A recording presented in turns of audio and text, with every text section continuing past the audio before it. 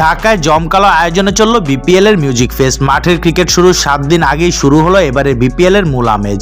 ঢাকায় বিপিএল এর venue Sherebangla cricket স্টেডিয়ামকে সুরের মূর্ছনায় ভাসিয়েছে পাকিস্তান থেকে আসা ওস্তাদ রাহাত ফাতে আলী খান। সঙ্গে ছিলেন দেশের শিল্পী রাফা এবং তার দল অ্যাওয়ার্ড রাফা। স্টেজ মাতিয়েছে হালের ক্রেজ জেফার, মুজা ও সঞ্জয়। একদিন বিরতি দিয়ে বিপিএল এর মিউজিক ফেস্টের গন্তব্য এবার সিলেটে। বাংলাদেশ প্রিমিয়ার লিগের অন্যতম ভেন্যু সিলেট আন্তর্জাতিক স্টেডিয়াম, সেখানেই হবে সঙ্গীতের উৎসব।